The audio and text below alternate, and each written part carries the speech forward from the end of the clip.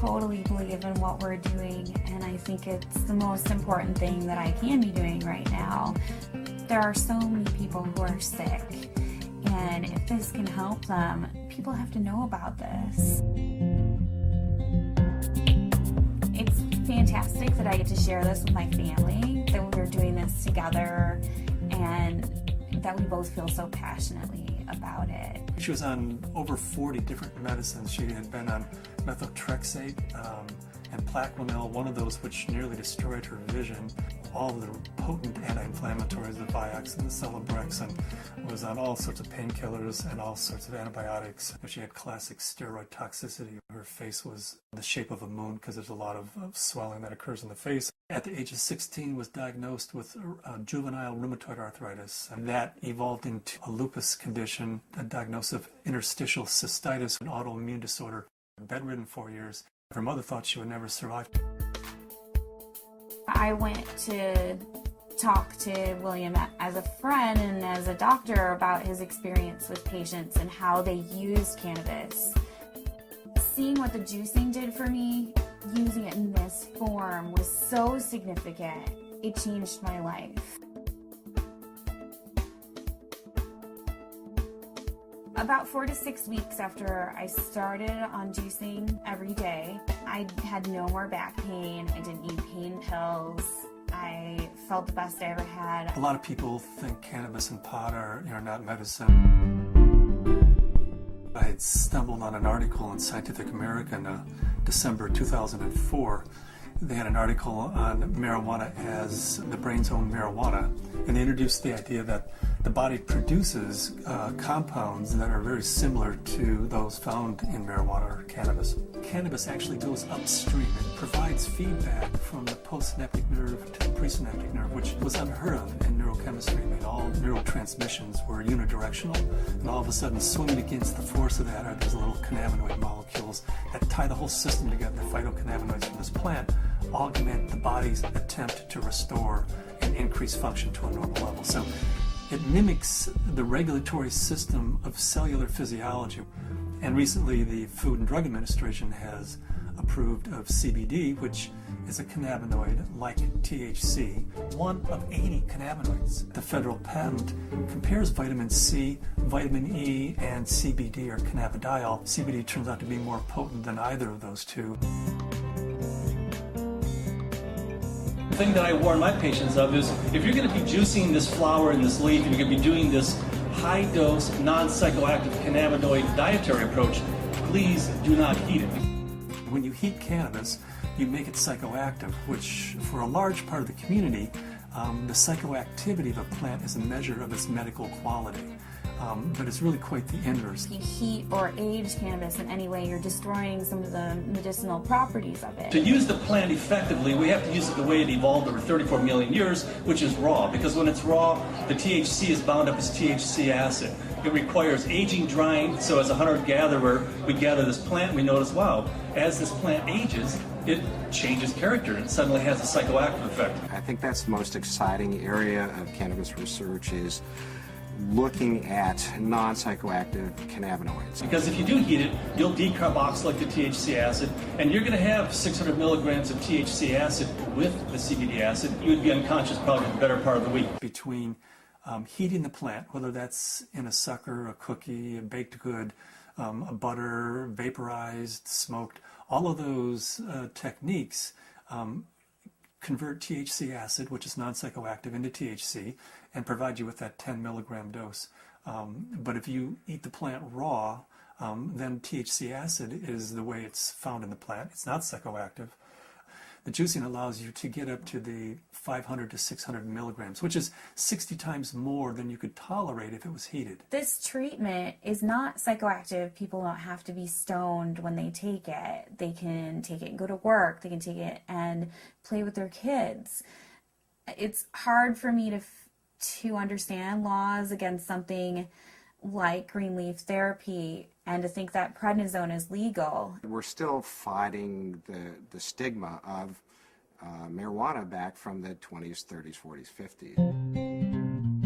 I was a prosecutor for 8 years in Mendocino County, so I know it from both as a defense attorney and as a prosecutor. The 1972 Controlled Substances Act said that marijuana has no medical value whatsoever. The federal government has a patent on its medical properties. The Food and Drug Administration has approved of it as investigative new drug. I have not found the United States to be very open about cannabis research. In order to print an article in a peer-reviewed journal, you have to use cannabis that they have certified for your study. And there are physicians who have waited 3, 4, 5, 6 years, some even longer than that, to just get a sample. The federal government's been kind of schizophrenic in the way it looks at marijuana. It says it has no medical value under that act, but at the same time, the federal government has been funding research in marijuana for years, for decades. And they've even patented certain strains of marijuana because they recognize it has that medical value. The California Narcotic Officers Association does not believe in medical marijuana. They believe it's all a big scam, and that's how they train law enforcement officers. Law enforcement is allowed to take a percentage of all assets that are forfeited and seized under the state and federal asset forfeiture law. So it takes the really enlightened and compassionate law enforcement officer to recognize that these medical marijuana laws are designed to protect patients. I was trained when someone had marijuana, you took them to jail. There wasn't a medicine use for marijuana. It's an illegal substance, and people went to jail for it. In 1996, California took a huge leap. I didn't support Proposition 215 because of the education I had, the experience I had, and what I had seen through the illegal marijuana gardens that I had seen throughout my career. Since 1996, I have changed my opinion somewhat. I believe there is a very clear medicinal use for marijuana. That being said, I believe that there are a large percentage of people who use marijuana as an excuse to either make profits or for recreational. The people who use marijuana for the true intended use that the voters passed, medicinal, I'll do everything I can to support their rights. There's many more things that law enforcement can be focused on than medicinal marijuana. And I don't want to give the impression at all that I support people who are growing marijuana for medical purposes 364 days of the year, and then one day a year they make a big sale for a couple $100,000, and they're a commercial seller that one day of the year. They're the people who are causing problems for the people who really and truly need and can use medical marijuana.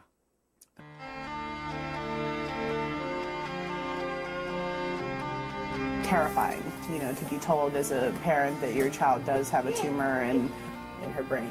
It took 24 hours in the operating room. They gave us a 10% chance of survival with treatment. The Oakland Children's Hospital, where they called me and they said they had a baby who they were discharging home.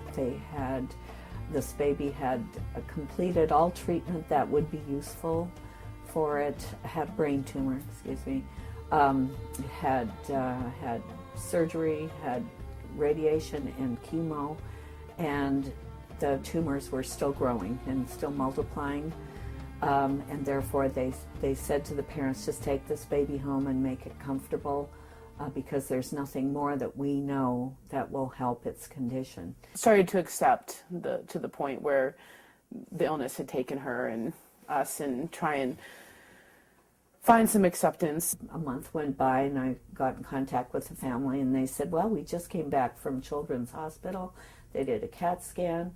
The tumors have shrunk and there are fewer of them. And they said, I'll tell you what we've been doing. We've been juicing the fan leaves of the marijuana plant and giving our baby a shot glass of this juice every day. This is like this wonderful hospice story. She is no longer on hospice. I brought the oxygen concentrator back. It's just one of those wonderful success stories. The plant is a pretty amazing plant because it appears that the juice of this plant is saving this baby's life. Here we have something that can really change people's lives. I mean, I was laying in bed, catheterized, thinking that physicians were just trying to make me comfortable. They really didn't think that there was anything more that they could do, and that I may not live to be 30, which I am now, that was the best I could hope for.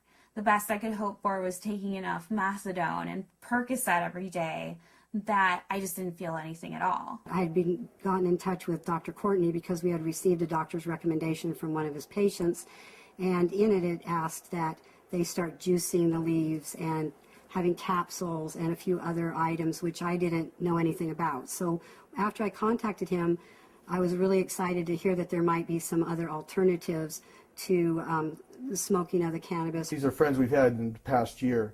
They said, your father's not the same as he was when we first met him, and he seems to be much more alive and much, doing a lot more and more active. And I had informed them that it was because of the juice that he had been taking. Right after we started juicing, that he seemed to be more active. We would do things out in the garage more, and he wouldn't spend so much time in his chair. We have ran out periodically in the last year and a half, and that's what made me convinced that he needed it, because when he would run out, he would have trouble getting out of the car. I had 4 doctors tell me that I should have a hysterectomy. You either have no ovaries, or at the very least you're sterile. That my endometriosis was so bad I would never be able to have a child. Despite very potent birth control, despite being sterile, Zahaya decided she was going to come join the party.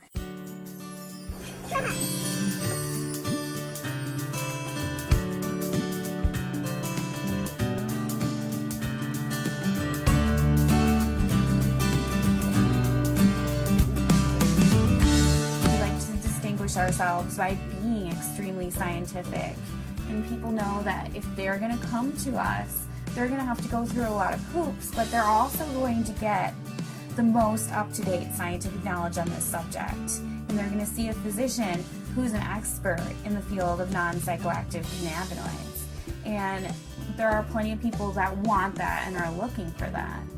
We opened our 5th office in Luxembourg. Their government is really sympathetic and open. There's an international group studying autism and CBD in Luxembourg. There's a physician there who's writing cannabis scripts who's also a senator, and we've been working with him, Senator Columbera. The government may be actually funding experiments in a research center using cannabis, in large part because of Dr. Courtney's work with non-psychoactive cannabinoids and Senator Columbera's work with cancer patients. There are now facilities for testing plants, and there's been more progress made in the last 5 to 6 months. A new strain in from Spain called Canatonic, 6.9% CBD. That's a 700% increase over Northern Lights, which is our previous high producer. I would like to find strains that have all of the cannabinoids present in an amount that's useful. I'd like to produce strains that are adapted to environment. In Luxembourg, we're producing thousands and thousands and pounds of seed, to raise the money to give away, a half a pound of seed, because if that person grows an acre of cannabis and feeds their family the proteins and the fatty acids, incredible food source, an incredible preventative medicine source, and an incredible therapeutic source, and at the same time, they're sucking 5 times as much CO2 out of the environment as an acre of trees. First, we have to change Convention Treaty Number 1, which was the convention that the UN put out in 1961 that says cannabis is a crime, should be, if you have it, if you grow it, if it's in your possession, you should be in prison. That dogma has dominated the world right now. They're asking for input from the World Health Organization. I'm in the process of writing a letter stating that this is a dietary essential. It's not a criminal thing, because we have to change that treaty before we can go into Central and South America and say, you grow yourself an acre of this plant, feed your family, prevent illnesses.